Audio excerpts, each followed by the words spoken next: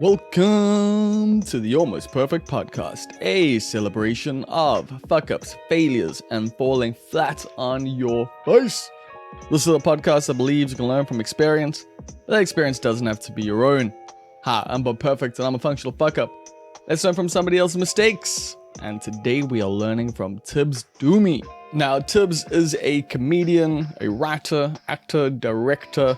He's a multi-talented cat, a charismatic cat, and someone who I've really enjoyed his comedy lately. I've booked him quite a few times for a number of my gigs over the last year, and that's because he's been killing.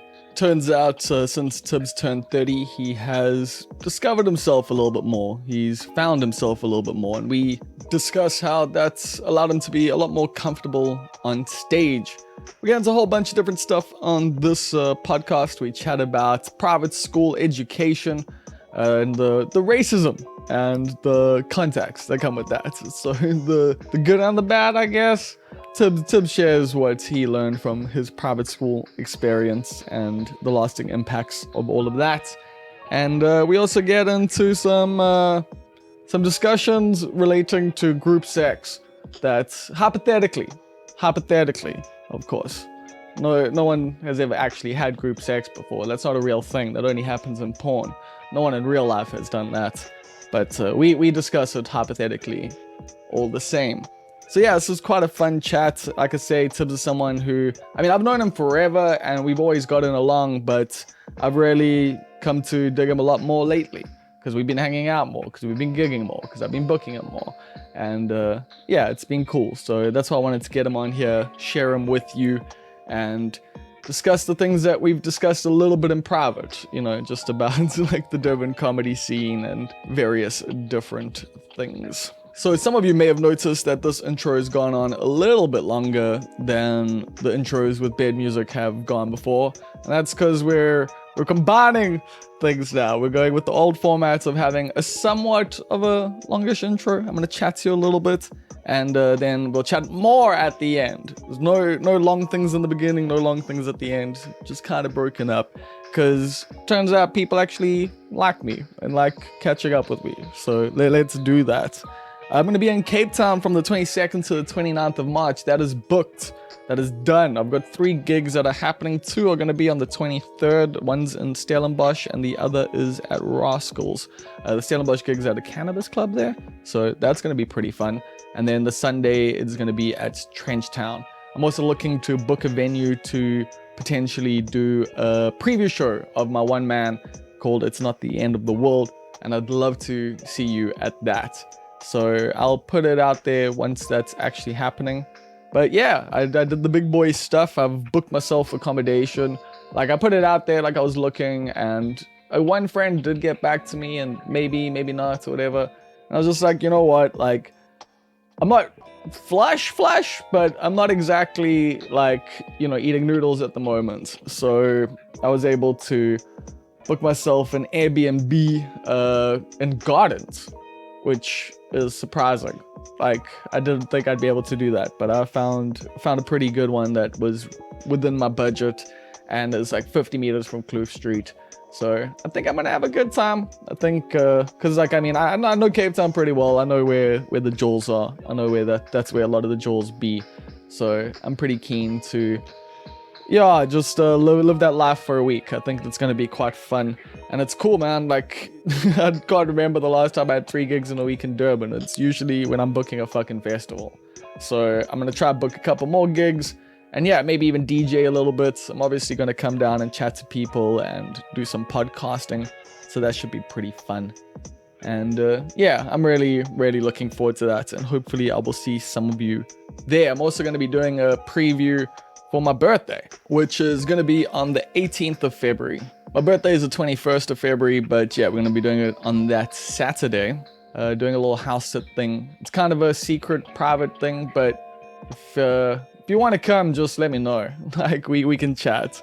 But yeah, we're going to be doing some comedy. Carvin said he'll probably pull through, so you might see some Carvin Goldstone doing some different stuff, because I told him, yeah, it's a space he can try some things out. And then yeah, we got comedy. She's been someone who's been opening for me for the last year or so, basically. And fuck, I dig her shit, and I'm super stoked to have her on board. Haven't got anyone else on the comedy side just yet. And then I'm gonna be doing, well, that's also because, yeah, I'm gonna be doing some time. Like, I'm gonna be doing like 50 minutes to an hour. And after that, it's Damien Root, who did the bed music here. He's gonna be DJing. Then I'm gonna be DJing, and then we'll head out on the town. So, like I said, if you want to come through to that, it's a private little shindig, but I am open to having supporters of this motherfucker coming through and seeing the vibe. And yeah, getting some feedback, getting some notes, and just trying to see how it all plays out. Actually, don't give me notes, but feedback's fine. Like, I enjoyed it or I didn't enjoy it. Don't try fucking tell me like, oh, what if you do this? Like, just unless you're a comedian and unless you're like a better comedian than me, please don't do that. I mean, that sounds arrogant, but come on, you guys know, like everyone knows, like it's horrible getting notes from certain people. From some people, notes are fucking great, and that's actually something we do discuss a little bit in this podcast, bringing it all back. Before we do get into the interview with Tibs Dumi, I do need to let you know that this podcast is brought to you by you, which means it is a listener-supported podcast, and you can support it by going to patreon.com/almostperfect and chip in for little as $1 a month, which is, I don't know, like 15, 16 rand at the moment. Probably more, isn't it? I don't know, like after fees and stuff like that, I still get nailed. So I'm probably getting about 15, 16 rand to the dollar once I cash out the money. But it's fine. It's you know how it is, man. The fucking middleman always taking their cut. You can also actually, if you don't want that to happen, you can just go to the Almost Perfect website. I just remembered this. There's a Zapper little thing there. You can just scan that and just chuck a couple bucks into the kitty, which helps pay for stuff like the website hosting and also the software and equipment and all the various different things. You know, the more money I get, the more I get to do. Like, you know, I get to make more merch. I get to eventually maybe get a mixing desk instead of just recording to the Zoom, which I love dearly. But, you know, maybe one day I can get some better microphones. Once again, these are amazing. But, you know, if you chip a couple bucks in here and there, it all adds up, and it does go back into the podcast. It does go back into making things a little bit better, and I really do appreciate that. So thank you to everyone who does that. I will give you a shout out later at the end of the podcast, and I will also chat to you about the movies I've been watching. Yeah, the whole thing that I was chatting about last week, where I put up 2 films for people to pick between on Instagram and the stories there. That's been pretty fun. This week was dedicated to 2022 and actually watched quite a few horror/thriller. Just a lot of people died. Let's just say that. A lot of people died. So we'll chat about that a little bit later. Right now, though, it's the Almost Perfect Podcast with Tibs Dumi. So how are you living, Tibs? Hi, Sup. I am living well, actually. It's a good time in my life at this current moment. Just at this current moment? Oh, yeah, 110%. Like other moments before this, it's been cuck. Oh, been 110% because, like, this is the first time things are going well in my life. So it is kind of the best time to be living for me. I was feeling like that, like, for a while last year. And then I got dumped, so... Oh, God, no. So, like, I'm just saying, like, I was saying on this very podcast, you know, you got to appreciate things, like, when they're going well, you know, because you never know when something bad is going to happen. And I think it was pretty much the next week where something bad happened. No, to be honest, like, breakups are the best motivation for me. So, like, that's when I get my life together. Like, I mean, see, that's the thing. I haven't had a breakup in a long time. And now it's like, oh, okay. Like, also, the way I used to deal with breakups back in the day was just, like, not well. Like, there wasn't in terms of, like, getting myself together. It was in terms of, okay, I'm going to try to fuck everyone. I'm going to, like, just drink and do drugs and just be an outlandish, terrible human fucking being. So this time it's been the first time it's been the, you know, like, oh, let's get my life together, bro. Oh, no. Completely different. Like, every breakup is either the time I've gymmed, and then the one breakup is the reason why I started stand-up. So I'm like, I always take breakups personally because I'm like, I want to show them that they broke up with the wrong person because I'm petty like that. For me, it's more just I don't want anyone to see, like anyone else, like to see like me like struggle. Like, it's like, nah, you're not gonna see me like on the internet. I'm gonna just be fucking cool. At home, I'm crying in my fucking pillow. Like, but nah, like everything on Instagram is just I'm doing well, people. Yeah. I mean, you got it. Yeah, that's how it is. Fake it till you make it. That's exactly how I do my breakups. I wasn't expecting to get into that off the bat, but I mean, I guess it's gonna be some like part of my material for a while going forward. No. All of my material is about all of my ex-girlfriends. If you ever watch my comedy, so that's how it is. Yeah, I guess now that she's my ex, I probably can start telling different kinds of jokes.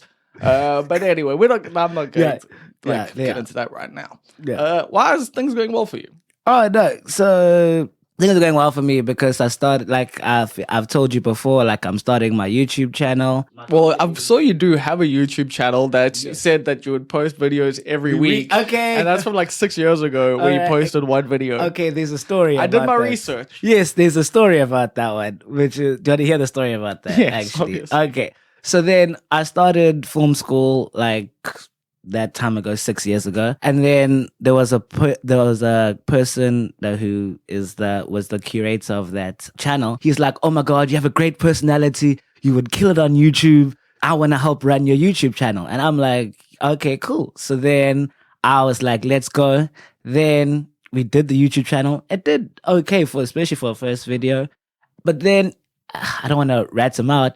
But then he was into me, and then I was like, "Oh, I thought you were doing this like as a favor type of thing." And then he legitimately just hijacked my channel. And then because I wasn't into him, and I'm like, okay, I guess that's kind of the end of my YouTube journey. So what you're saying is that men are trash? Oh, 110%. I am a man, and I can tell you we are 110% trash.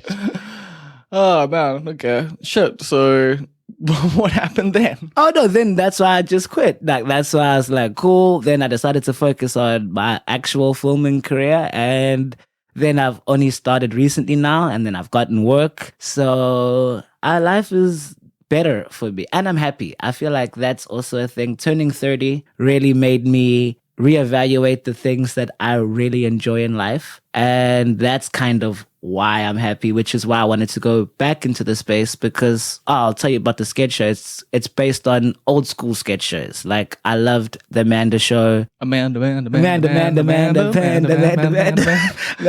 I love the Amanda show. Bring out the dancing lobsters. There we go. Like I was here at Block Blisters. Like it was my favorite type of stuff. So like that type of Ann Keenan and Kel and all that. Yeah. So then it's kind of that type of inspiration, because I feel like nostalgia is big now. Like everyone is trying to make remakes of stuff they were as kids. So I want to try to bring back that 1 minute open, like cold open with an interruption to then go into a skit. So then I'm just excited. So then that's kind of what got me excited to then do the YouTube thing again, where I'm like, cool, that's actually something that I feel is marketable, packageable, and is also something that people want to see. Packageable phase of our lives now. You see, turning 30, you have to be, you have to try. You have to try and do that. I'm like forever just like trying for like, a couple weeks of the year, and then I'm like, oh, fuck it. Like, whatever. I mean, it's going to carry on doing what I want to fucking do, and people will eventually find it or they won't, and like it's fine because we're all gonna die eventually. Oh yeah. That I just want to die knowing I created the stuff in my head. Yes, that's my thing. Yeah, that's also how I want to do it. I'm like, I think this is a dope idea, so I'm like, I just want to do it. Like so that. But also, you want to market to some. Oh yeah, because I'm pretty 110%. I'm a marketable product. I'm not, like not in the arrogant. See this face? You really no. Like I'm not like it's a joke, but I'm like, people have told me I'm marketable. People have told me I'm marketable. So it's something that I never want to compromise, but I'm like, I know that I could make a thing. But I've also noticed you do seem to feel more comfortable with yourself, and it has come through in your comedy. Like, when you're on stage these days, like, you don't suffer the way you used to. Oh, yeah, no, I was a people pleaser for my whole life. Like, it was really, that's kind of the thing. Like I said, as you get older, all the people are people pleased are nowhere in my life right now. So that's kind of what made me realize, who was this all for?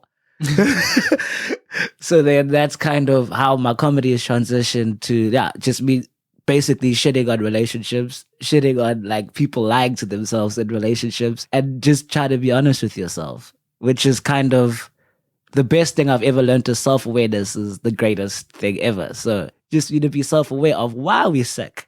Once you're aware of that, then you can suck less. So then that's kind of how I transition my comedy, and I don't have to be all hyperactive sometimes. I can just tell a true story because that's what people care about, I think. That's the thing. You're allowed to be a bit more dynamic on stage now, whereas before, like, well, you allow yourself to be more dynamic. Whereas before, you were a bit like always like on, like you know, there was like the switch for like when you got on stage. And like there was one pace and that was it. Oh yeah, it was cool. I'm like, if you know me, like off of stage, I'm actually very awkward.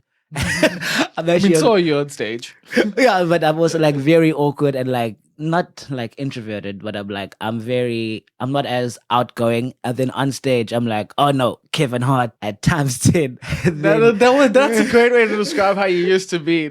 And then it's very like, it was very hard to then like obviously connect, because then obviously if I would fumble or like my joke wasn't landing, I had no other way to go. Because if you're up here and then that's what you're relying on to sell your material, then if it's not working, then you go back to yourself. And then myself is actually pretty quiet, pretty awkward, and then it always sucked, basically. Yeah, that's actually a great fucking like thing you just said there, because I relate to that. Because like, I mean, people who know me, like, no, I'm also pretty chilled. Like, pretty quiet, like, relatively, you know, I've got a lot to say, but I'm not always going to be saying it.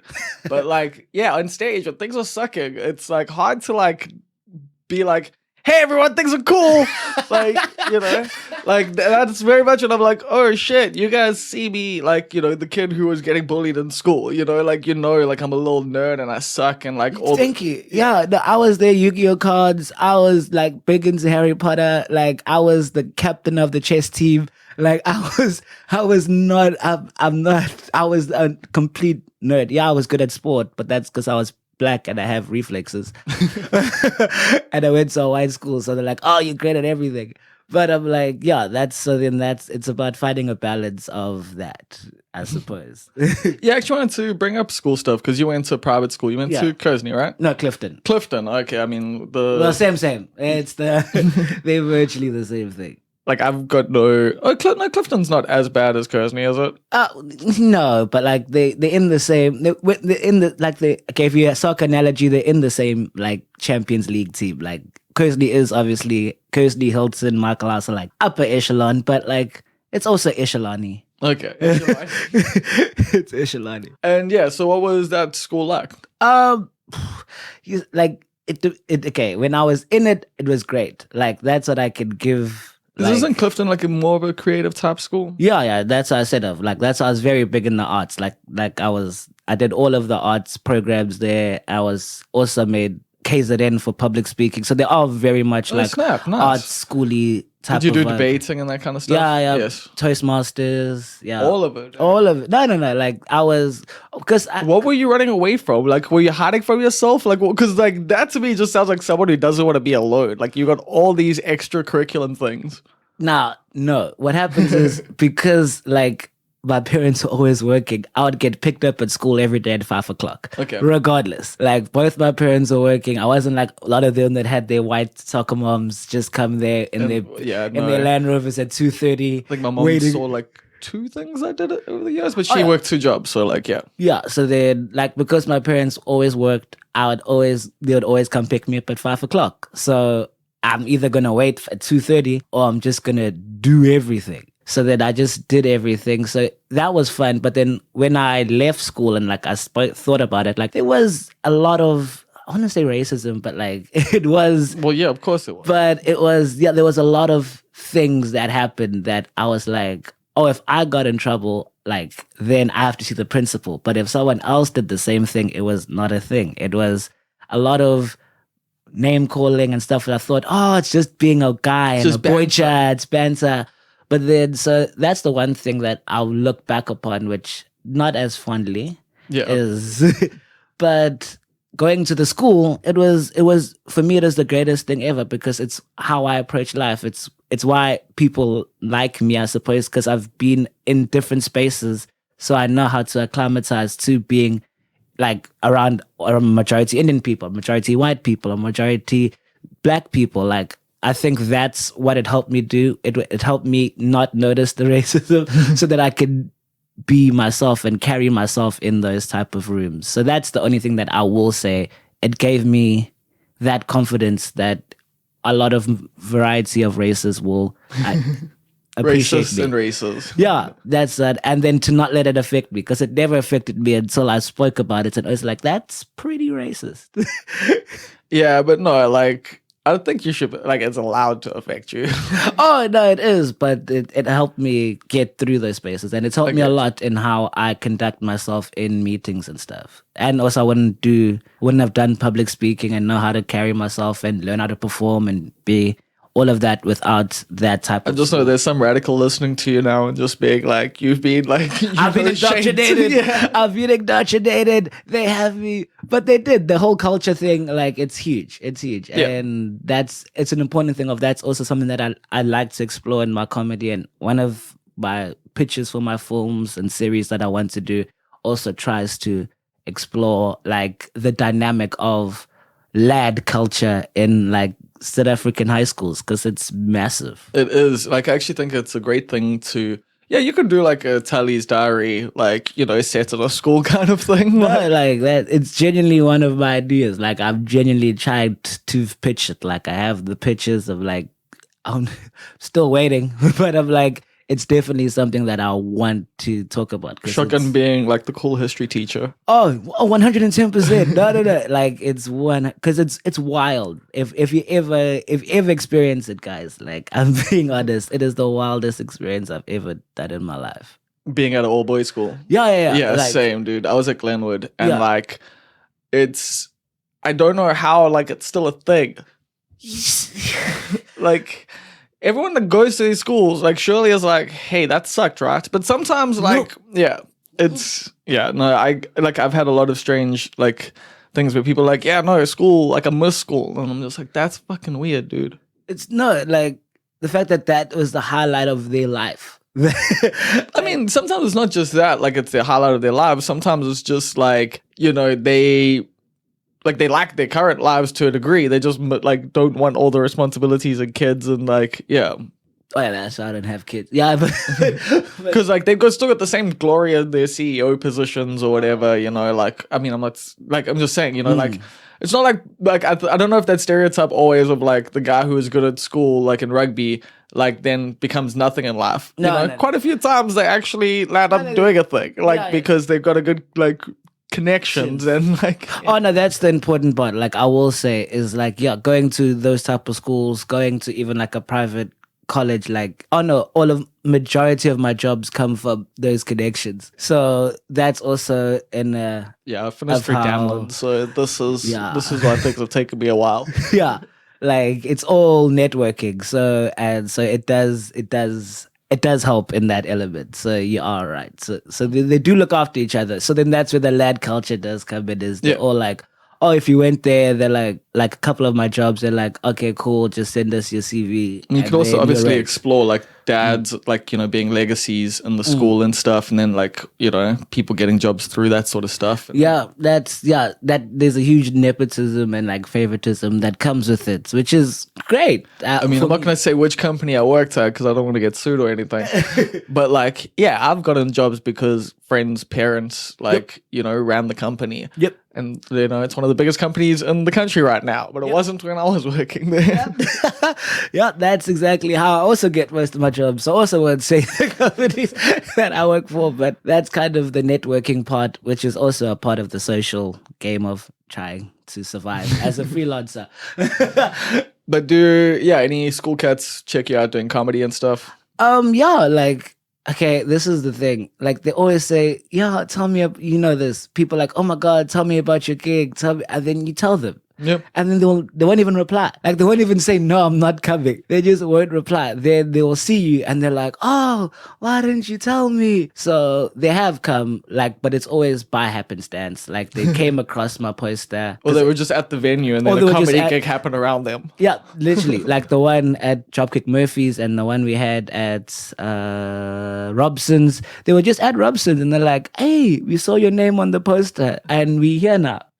But then when I invite them, crickets. So that's what's hard about marketing yourself as a comedian. No, but it's also, you've been doing comedy for quite a while now. So like, yeah, I don't know. Like, I think people, like, also, so here's the problem, is we all invite people to like our first gigs. And our first gigs are always terrible. Yeah. Like, you know, we might do well or whatever, but like, you're always like someone pretending to be a comedian. Fair. And so, like, your friends are all like, oh, that was nice, that was cute, that was funny. And then they, like, don't ever come back. Like, yeah. It's my one friend, Shame. Like, you do have support. You got a good group of friends. Yeah, that's what I see. Like, they do. That's how I do. Like, they do come. And it was cool. Like, my one friend came to all my shows. So much so that when I did my 2-man show at the Heat City Festival, like, a couple years back, like, I gave him a free ticket where I'm like, you've seen all of this material.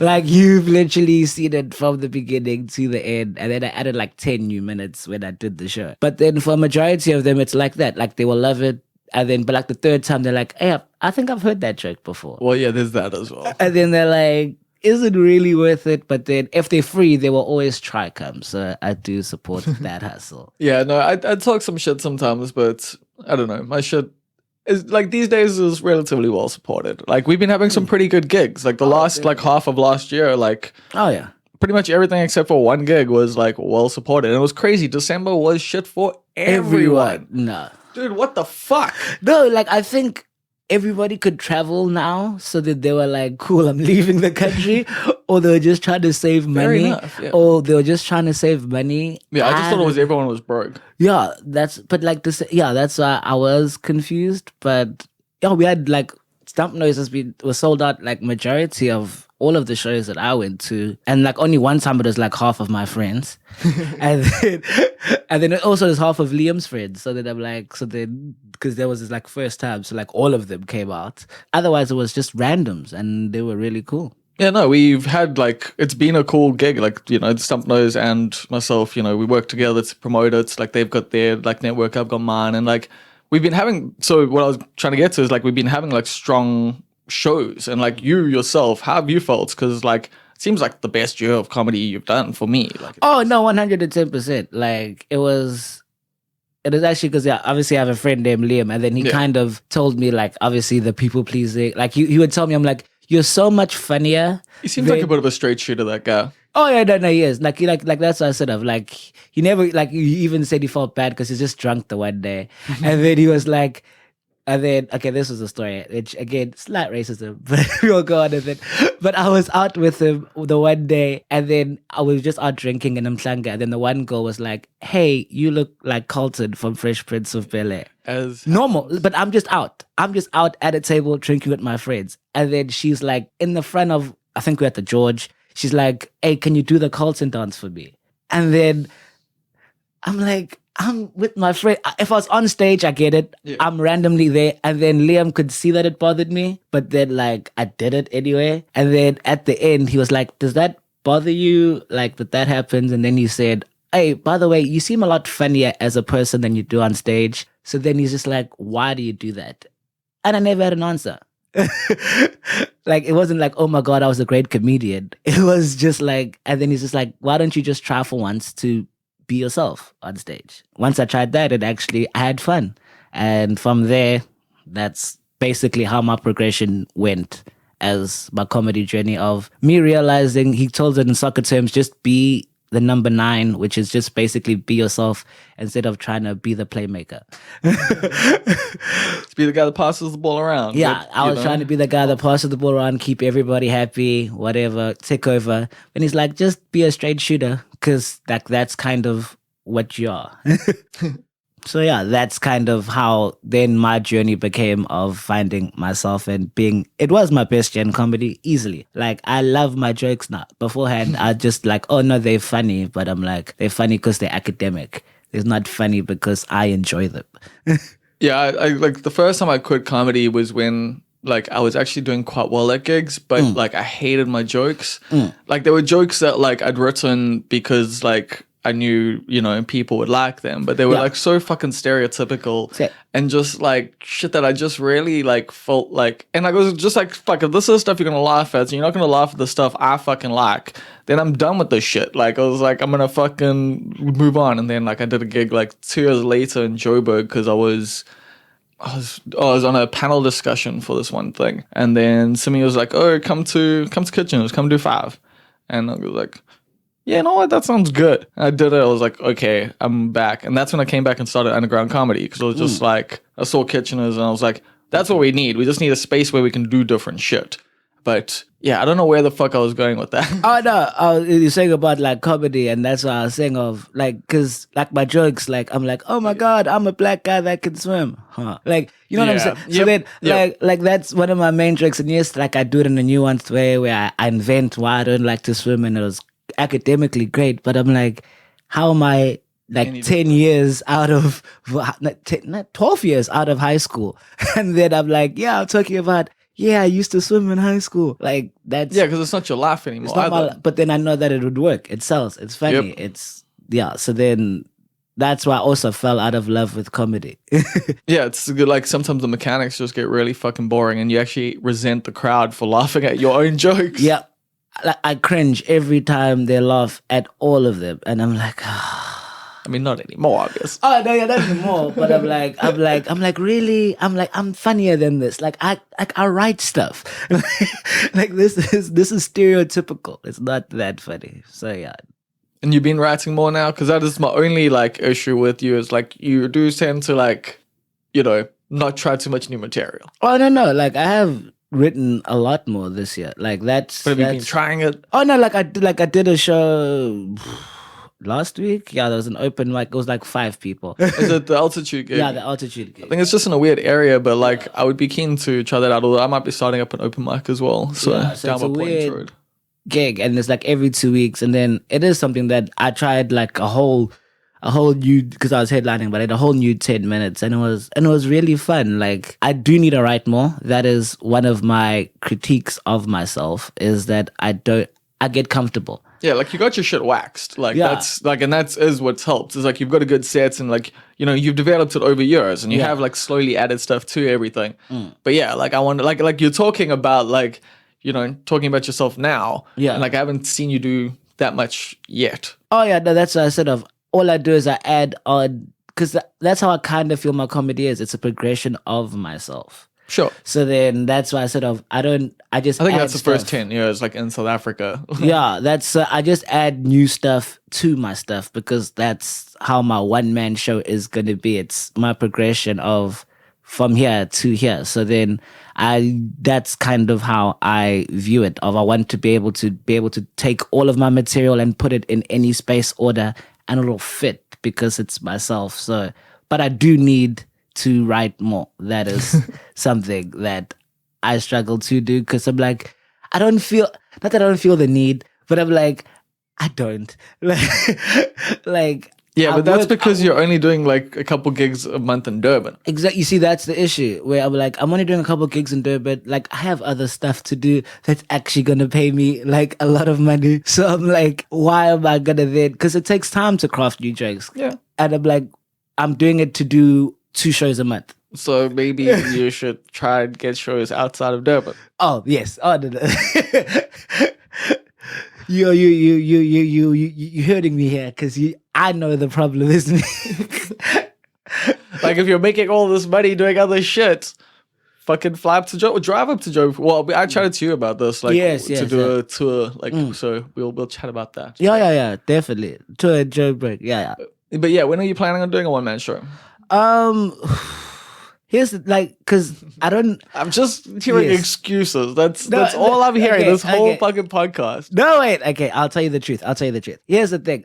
I don't know. Okay, I don't know when I'm planning on doing a one man. what I wanted to do was do a one man like called like, the Fresh Prince of Durban, so I can retire the whole Carlton gimmick. So I could explain the Carlton gimmick, explain my comedy through it, and just end it so I can start my new phases that I'm currently doing on comedy. So I just am too lazy to plan it, to be honest. I have it. I'm just too lazy to plan it. I think that's not gonna get anyone like on your side right now. I'm not trying to get anybody on my side, Bob. I'm trying to tell you the truth here.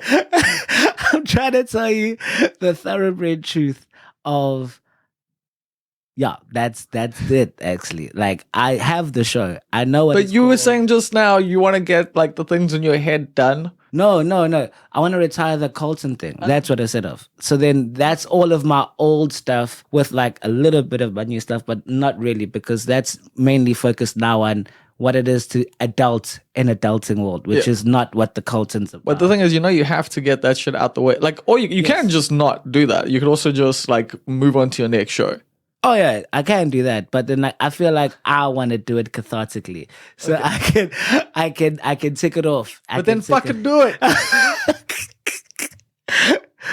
Yes. Like, it's very easy. Like, you just set a fucking schedule. Yeah. You go, today I'm going to do half a fucking hour. Yeah. And you do half an hour. And then the next day you do half a fucking hour. And then eventually, in 2 weeks, you've got all your jokes in a fucking decent order. And then you practice that shit. And then you fucking put it on. Yeah, that is my problem. I am the laziest procrastinator ever. So I'm not getting any help or anything from you this time, but I get what you're trying to say. Well, it's just, like, I think that's a problem, I think, in Durban is that people, like myself as well, get a bit too complacent. You get a bit too comfortable. And, like, because there's not necessarily anyone else motivating you or pushing you or any deadlines or anything like that. Like, yeah, it is... And it's easy. Like, you're still doing fine. You're still happy. You still get, like, what you need out of life. But, like, don't you feel like that part missing? Honestly, no. Like, no, a big... Like, you're a Durban through and through. No, I am. That's the thing. Like, I don't... And that is my main issue, is because I do, like, not like, oh my God, like I'm super successful, whatever, because I do a lot of different things, I keep myself so busy that I don't do anything. Like, because like the one time I was acting in my friend Liam's film. So I'm like, it is a whole feature length script. We shot for like 3 months. So I'm like, I never had to think of comedy for 3 months. That's fine. So then I'm like, because I always try and keep myself busy, I don't have long-term goals. That is what I'm trying to say. I'm sorry to get why you're single. Yeah, there we go. I don't have long-term goals. I'm a very day-to-day. I'm like, cool, can I get through the couple of months by month? And that's kind of how I operate, which is very bad.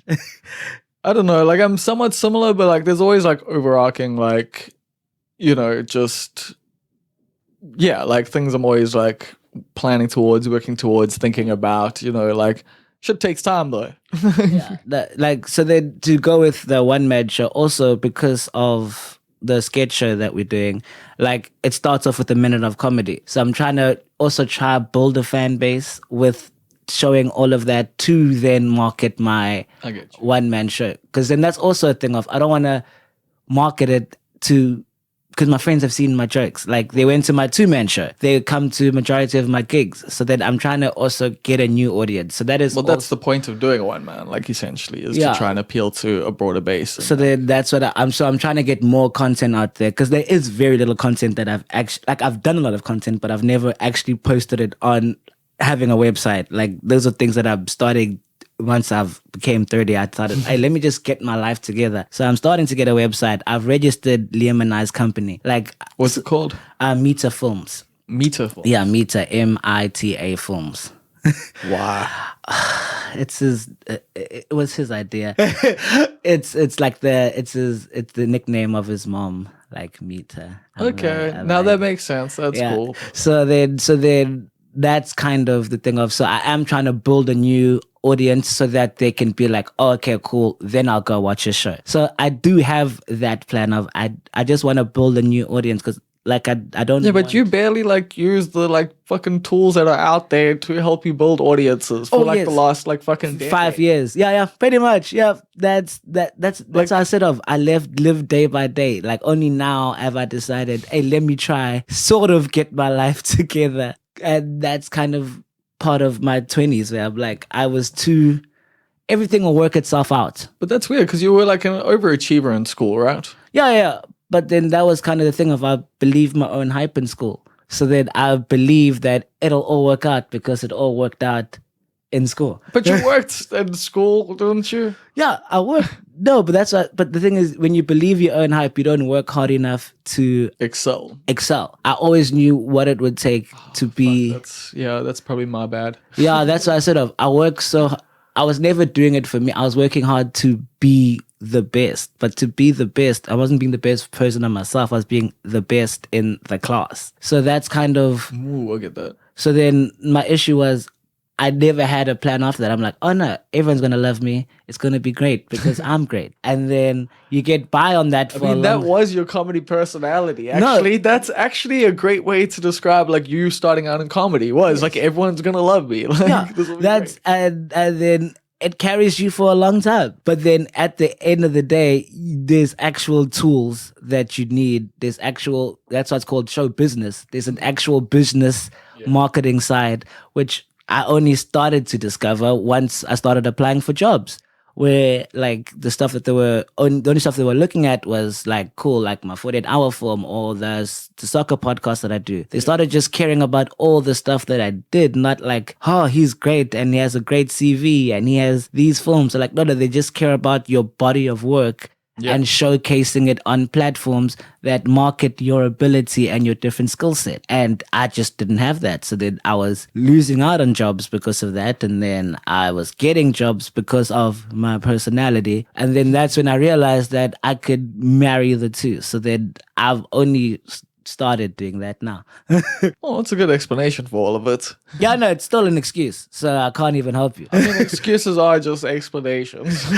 That's I can't help you there. They're just told with a certain bent. Yeah, so then that's how it ended up. So you've been mentioning other work in that. I'm assuming there's other works in the film industry because you studied at after, right? Yeah, I studied after, yes. And you're like kind of like a non-specialist at the moment. Like you do everything. Yep. I got my honors in directing. Sorry, but I did script writing and directing. But you can also edit. Edit. Yeah, that's why That's why my sketch show is taking long because I'm editing, doing sound mixing, directing. Acting. What's Liam doing?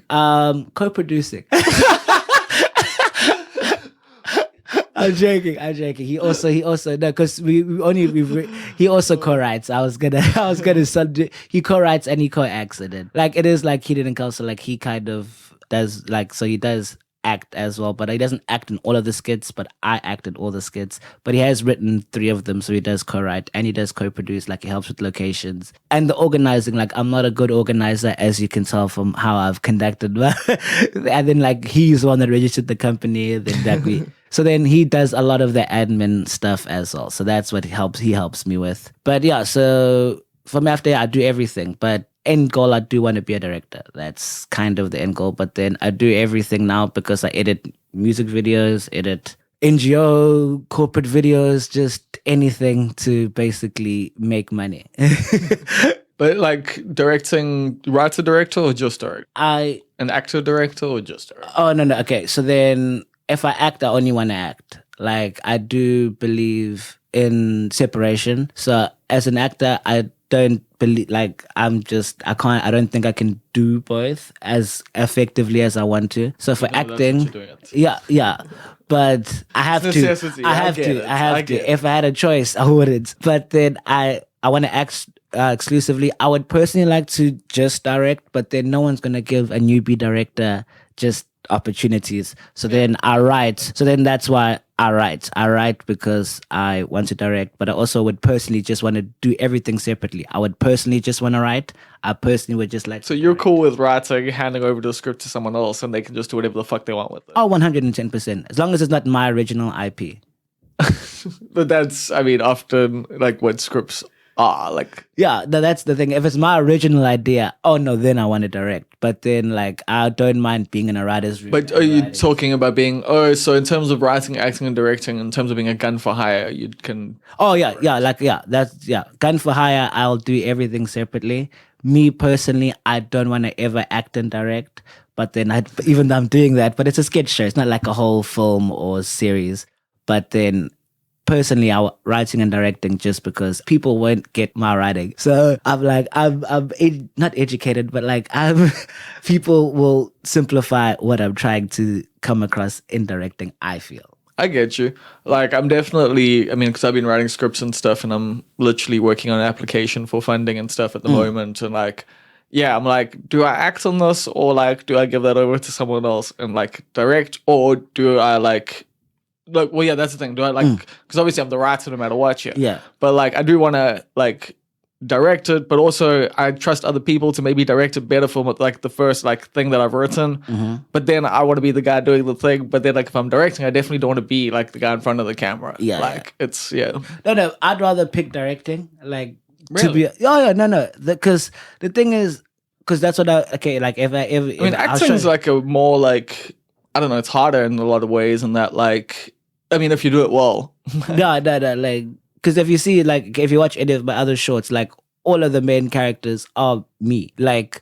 Yeah, but which is the beginning of most acting careers. But then but I feel like it's very easy if you know me to act in a way that I could get you to act that it would portray what I am in the scene. Okay. But then visually and what I'm trying to say in the story, I don't feel like people will get it. So that's why I'd rather direct than act in my written stuff, because actors should be learning how to act. So I'm like, then do your job. You can swear, dude. Yeah, okay, cool. I don't know. Podcast starts with like, so let's swear anyway. Okay, so I'm like, do your job. Like, if I give you character descriptions, traits, motivations, like background, like then act. But you as an actor, no one's given you that to do.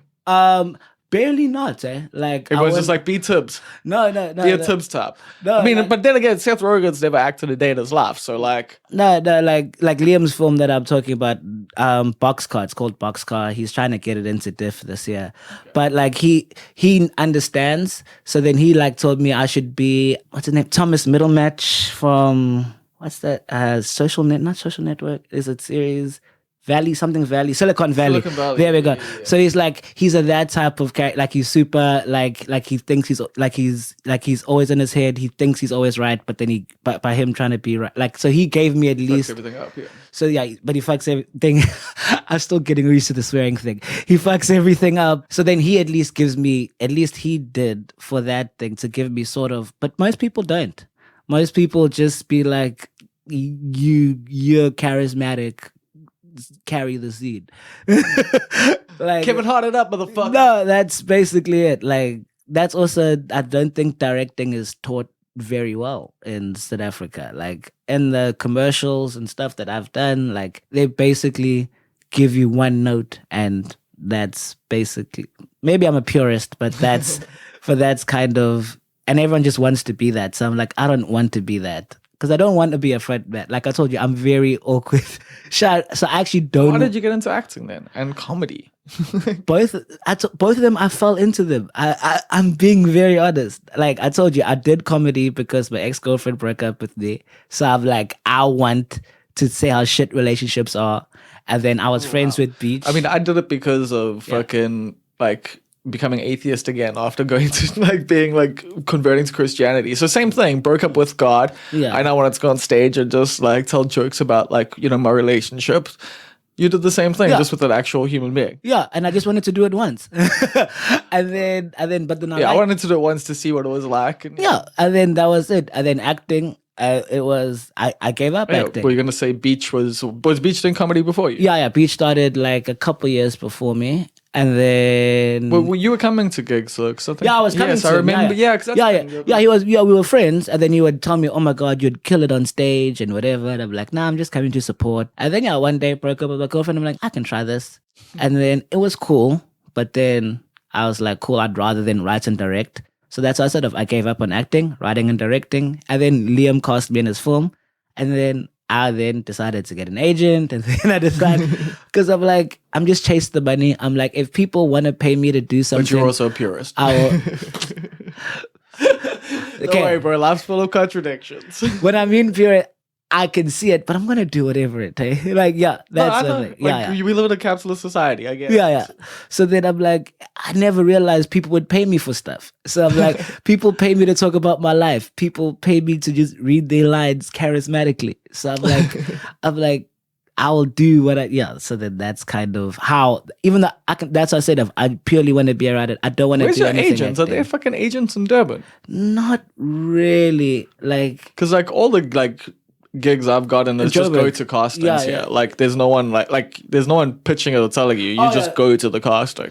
Like I tried, but then like they don't get you enough work. That's especially in Durban. Like if you're in Durban, So, but I have people. I'm on their database. So maybe not saying an agent. Maybe agent not the correct word. I'm just on their database, so they just send me to stuff. Okay, yeah, because representation in Durban's it's non-existent. Like it's not worth paying the fee and them taking 15% because they don't get you nearly enough work and opportunities that you couldn't just get yourself. That you can get yourself if you just follow stuff. Yeah, that is a frustrating thing. So have you ever thought about bailing? Bailing from Durban? Oh yes, that is the plan for this year actually. Hey, yeah. Where you going though? You seem like a Cape Town kind That's of guy. Exactly where I'm going. That's exactly where I'm going. Yeah. So then I have like that's sort of like the company that like I do a lot of my writing and editing for is based in Cape Town. Oh, sick. So I just want. there's a good film scene there. So like, yeah. So I'm just looking for just another. Because then to live in Cape Town's a lot. So I'm just looking for another job, but then people just say, just move and then you'll figure it out. So I've heard that many times. But I'm also like you know, I'm not a fan of it. But I've seen people on the streets. Yeah.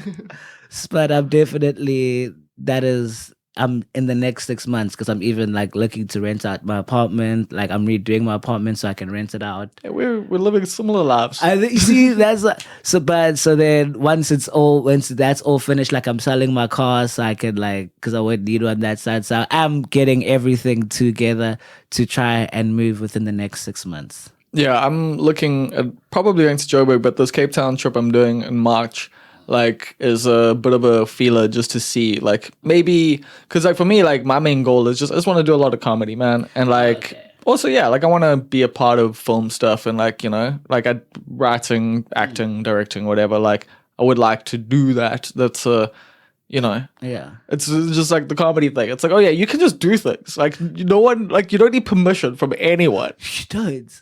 Except for the funders, but even then, sometimes you don't really need that. No, yeah. So then that's kind of So then, because Durban, I've seen Durban, it's not okay. It's not growing at the pace that I want to grow at. So then it is growing, but I do feel like you have to grow the seed where you have to be the person that you have to be the change. Yeah. And I'm like, I just want to be a part of this.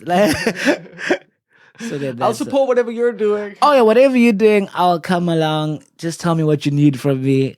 Not even creating the sketch show, I had to create it because I want to create it, not because there's a huge need for it. So you have to be very self-motivated, which we've seen through this podcast isn't one of my strengths. So I definitely already have a job in Cape Town, but it's not good. It's only good enough for me to work. It depends on where you want to stay.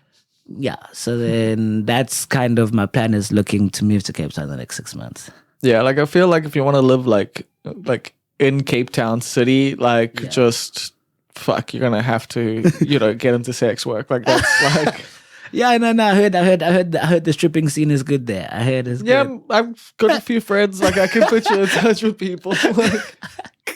I've literally lately, because I've been working out and shit. I'm once a 6-pack comes through, well, maybe I should start an OnlyFans. Oh, well, But nah, couldn't do it. I don't exercise enough, and I like to drink way too much. There's probably a niche for you, bro. 110%. I like, ugh, nah. I feel like you and Liam together. You guys just don't start this company. Start at OnlyFans together. Bruh, like it's super bad. Like we attract the weirdest people. like I won't say too much because anyway. Yeah, I know that's what I said. I want people, but nights out are very, very. We've been propositioned for a lot of crazy things in life. Are you sure it wasn't just him being propositioned and you were there? Oh yeah. Oh no, it was 100. Oh, he was. Oh, if you want to know who a captain was, 110%. But like a good friend, he doesn't leave anyone behind. Oh god. Oh, this is the. Oh fuck. Oh, whatever, man. Group sex with friends is fun. I don't know what you're saying. I don't know. I don't know what you're talking about, bro. Listen, I'm a 35-year-old guy, and I will say, group sex with friends is a lot of fun. Now, which friends these are and how many are involved has got nothing to do with fucking anyone. He'll be so mad that I'm saying. Oh yeah, he's gonna be listening. What up, Liam? Gosh, no. Yeah, so I said nothing. Bob assumed everything. I mean, I think you're kind of giving things away with what you're saying. I don't know what you're talking about, Bob. You're making this up in your own head. This is your own narrative. Whatever. Like, privately, what I've come to discover is that a lot of people have had group sex with friends. Mm-hmm. Would you say that you've heard the same thing? I have heard the same thing. Apparently, according to the people that I know of, that it is a fun experience to share with your friends. But I feel like it is weird that like this is a thing, like as I've grown older, like, and I've spoken to lots of people, like everyone's done it. Like lots of people have had threesomes, foursomes, whatever. And like, but no one thinks anyone has, or or people think like everyone else has and they haven't. So it's like, yeah, maybe you have it, but like you'll get there. Like you're just gonna hang around. Like you're just gonna be single for long enough, I guess, or you're gonna be married for long enough. I never knew this is where this conversation was gonna turn to. No. But since we're here, if I were to be in this circle of space of things that we've discussed, I never realized how easy it is. Like it's people be DTF. Like it's very like, where do you stay? I'm like, oh, what? That is it. Like no conversation. There's no nothing. It's just, if there is a question, it's basically just how many sexual partners you've had recently, just for purely when last we tested. Yeah, that is basically the only obstacle or hurdle, if this was a thing that I would be knowing of, that I've ever heard of. I know, that people have been faced with. For me, mostly was back in the Winston days, and I think that says everything. Oh yeah, that's 110%. Like that was an institution of nerd. Like if I've ever propositioned in a bathroom before, that is the place that it's happened in. Oh, I've had sex at the Winston. Yeah, that's full time in various different areas. You see what I'm saying? Like if that was a thing that had happened in my life, that's the place. I got my first blowjob like when the Winston. That was the story I used to tell on stage. Yeah, when like on the roof before it was Origin. Like anyway, so this was not where this was meant to go at all. I'm sorry for throwing you. Oh, but it was great. Oh no, it was great. I think a lot of people learned a lot of things. If anything, you're probably just gonna get more group sex with friends now. If that was something that people are looking for, Bob will put my social.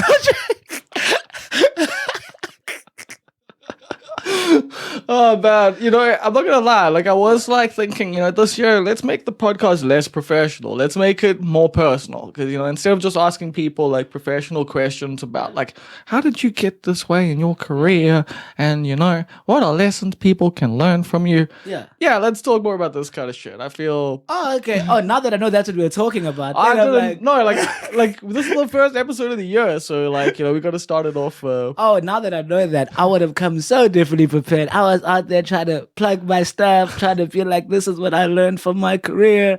This is what. Well, we are going to actually do that now. We're going to ask the final question of the podcast, All right. which is, I think I started last year, where we ask every guest, what is a big mistake that you learned an important lesson from? Biggest mistake that I learned is that nobody cares about you as much as you think that they do. So as a single guy, you know this to be true. Yeah, that's why I said, like, so that's my biggest mistake is I felt like my whole life I've tried to please whoever it is. But yeah, so that's my biggest mistake of the only time I've ever felt happy or feel like my life is being successful is when you did what you wanted to do. So that's kind of the thing. So then that would be my biggest mistake is not caring too much about other people's opinion on my craft, my whoever I am. Yeah. I get you there. I mean, I've been in similar situations. I think I've been on a similar journey. Like, as much as I used to project that, like, oh, I don't fucking care. That was, the whole thing. Like, I was like, yeah. I want you guys to think I don't care. Like, so I care that you think about it. Like, it's like, I'm still caring. Like, it's like, whereas these days, like, I still care, like, what people think to a degree. I care about, like, what specific people think about specific things more. Like, like, what certain friends think about my writing and that. And, like, they'll give me, like, notes. And, like, that's the cool thing now. It's like, I'm not, like, trying to get approval from fucking everyone. I'm trying to get approval from a handful of people who I really fucking respect. And they'll help me get that approval. Like, they'll actually be like, why don't you try this? Or I like this. And I'm like, thank you. Like, whereas, everyone else is trying to get their approval and they're just like, boo! No, like you said, that's the thing. Because other people, actually, they're just haters. People are just genuinely haters out there. So then there's a kind group of people that will give you constructive criticism. Yep. Those are the people you listen to. Other people just want to project what they think you should be on you. And then those are the people that are going to not be there. He said after years in the Durban comedy scene. Yeah, 110%. Love you guys. Not throwing shade anymore, I promise. I'm nice now. Oh, no. All the comedians, I can't even talk about Durban comedy scene that we'll be here for years. But yeah. But we're all cool with you guys. Don't worry. I know you're listening. Oh no, we all everyone's cool. No, not everyone cool. Everyone just fights with each other. But we are one big happy family. I'm not a part of fucking any groups anymore. I don't fight with nobody. Spencer and I like fucking doing Brazilian jiu-jitsu together now. Oh, so shit. yeah. Well, I've only gone once, but I'm gonna keep going. But yeah. Anyway. Yeah. But yeah, no, like comedy scene can be a bit like that, where there's a lot of projection because there's a lot of insecurity, and we're very much a whole subsection of human beings that maybe shouldn't spend as much time together as they do. Nope. You can't do it. Like, I can't do it. It's just No shade though. No, there's no shade. It's legitimately, it's just, especially in Durban, there's this competitive nature of thinking that we're great. So there's just so much backstabbing. You can't be on a lineup with this person. This person's mad that you're headlining instead of them. And I'm like, for real? No, this is what I'm saying. Like, it's ridiculous. Like, there was one show. Okay, again, now I'm talking shade, but it's fine. talk. I'm fine, yeah, because they don't listen. He's not doing his podcast anymore, so I'm gonna say talk that shit. They don't listen to this podcast, so it's fine. So there was one time I was headlining a gig, Mangaliso's gig, and then hosting, and like Tibs can't headline, and I'm like, I don't know why. It's just people they want trying to be gatekeepers when they're not even that good. You know what I'm saying? Anyway. You know what I'm saying? No, I'm being honest. That's what I'm saying. I'm like, obviously I said names, but I don't care. Like, I'll tell you to your face that I found that disrespectful as well, shit. Yeah, obviously. Because I'm like, this man, he's the promoter and the booker. He booked me to headline, and then you're out here trying to say I don't think he's good enough to headline. Because you're host. I'm like, I don't care. I'm like, this man booked me. I came here to do my job. Why are you making this And there's just all those politics of everyone rates you and they think that you're this person. Just do your fucking job. If you're hosting, host. If you're doing things, do. And that's why I can't be friends with the general, like, not friends. Like, we all get along. I can text you, we'll chat. But I can never be friends with people because there's too much ego. I'm like, this was meant to be fun. We're meant to enjoy doing comedy, but you guys are trying to be something. And I'm like, just be funny. Just be funny. Yeah, or like the sign that's is at Dropkick Murphys. Be amazing. That's it. And that's my simple life. I don't critique anyone. Just be funny. Just do you. Cool. And on that, I think we've gotten you cancelled by multiple different groups of people. 110%. But I got accepted apparently into an orgy club. So then that could possibly happen. Yeah, as I said, you're Liam, just you start OnlyFans and your lives will be great. Liam, again, he assumed I'm joking. Later, bro. Cheers, man. Thanks again for having me. So that was Tibs. And yeah, that discussion went a bit of a different way. But turns out, yeah, everyone be kinky these days, people. Everyone's kinky. Like, if you're not, you're missing out. Nah, whatever, man. You can live your life. Have the sex you want to have. Have the sex with the people you want to have. Whether it's 1, 2, 3, 5, whatever. Like, you know, if you want to jerk off or if you want to fuck 30 people, like, just have a train run on you. Live your life. I'm not one to... I'm definitely not one to fucking judge. That is for sure. But yeah, you can actually check Tibs and I both doing stand-up comedy on the 25th of February at Stump Nose Brewery. Tibs is going to be hosting. I'm going to be headlining. Because yeah, I've got some material to fucking do at the moment. In case you didn't realize from the chat in the beginning. I definitely want to work my ass off and just try and get as much time on stage as possible before the National Arts Festival. If I even get accepted. But I don't know of any comedians that have been rejected. So maybe I can, be the first. We'll see how that goes. As I was saying at the beginning, I have been watching a lot of movies. You can follow me on Instagram at almostperfectbob, and you can also follow me on Letterboxd, where I do little reviews things. Same thing, Almost Perfect Bob. But each day, and I'm probably gonna do it for this whole year, like I might have to watch the movie in the morning or something, sometimes, depending on life and all of that. But yeah, you can basically find time to watch a movie a day, and that's kind of the plan. So I put up a little poll, people picked the movie, and this week was all about catching up on recent films, mostly films done in 2022. And it's been cool. There were there were a lot of horror films. There were quite a few to choose from. Last night I watched X, which is just a great throwback. Like, it's a classic horror film in that it's very horny and then it gets very violent. There's suitable amounts of gore, some creative death scenes, good story, like good, it hits all the beats like of a slasher. Like, I don't know what you're expecting. Although we all chat about a film just now that you can actually expect something different, but that wasn't really a slasher. Anyway, X is super fucking horny, lots of sex, lots of violence, just a good old fashioned good time. There's some surprises, there's some changes, they do subvert the genre a little bit. Then the other nights I watched Weird, the El Yankovic story, which was funny. It was silly. It's just completely over the top. Of course it is. It's, Weird Al. And I've got love for the dude, and I had some love for the film. But then the other night I watched Barbarian. Now that was a fucking horror film that I can get behind. Definitely, a great modern horror film that highlights so many different kinds of fucking issues and keeps you on the edge of your seat, and really, it hits hard. So I definitely suggest, out of all the things I watched, from stuff that was made this year, I would say Barbarian, top of the list. Then on Monday was The Menu, and The Menu was fun, really, really fun. I enjoyed it, but super on the nose. There's no subtext of that fucking film at all. As Garth Marenghi would say, I know writers who use subtext and they're all cowards.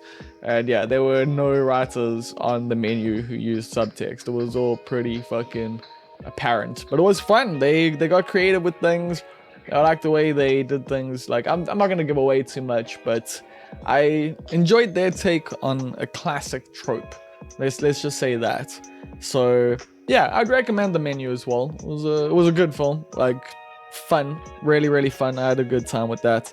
And then a film I saw on Sunday, which was from 2021, but like one of the best films I've seen, is The Worst Person in the World, which, like, if you hate millennial malaise being displayed on the screen, you're gonna hate that fucking film. But I enjoyed it. It was a little close to home in certain parts, and I think if you listen to last week's podcast, you might get why. But it was enlightening, and it was cathartic, and I think it was a beautiful fucking film. It was just, acting is so good, the fucking cinematography, the shooting, the everything, all of it is just fucking phenomenal film. So that's my recommendation for the week. I guess it's a new thing we're doing. That does lead us to the shout out section of the podcast. Each and every single week at the end of the podcast, I shout out the titular titles tier over at patreon.com/almost perfect. So tier, it's a $10 tier, and it is the top tier. And at this tier, you get to pick your title right here on the Almost Perfect podcast, and you get shouted out. So shout outs to Rousseau, storage clerk of subtle heresies in the Lesser Overberg region. Shout outs to Russell Grant, who is our Far East correspondent. Shout outs to Neil Green, the key grip. Shout outs to Karan Sleman, the Almost Perfect hedge fund manager. Shout outs to Riz Ventura, the director of purchasing. Shout outs to Karan Chetty, the assistant to the regional manager. Shout outs to Kath Jenkin, the inevitable ruler of the universe, and Queen Swifty. Shout outs to our executive producer Stephen Olivier. And a big thank you to Damian Root for providing the intro music and the bed music that you hear below. Thank you to you for listening all the way through to the end, and I will catch you on the flip side.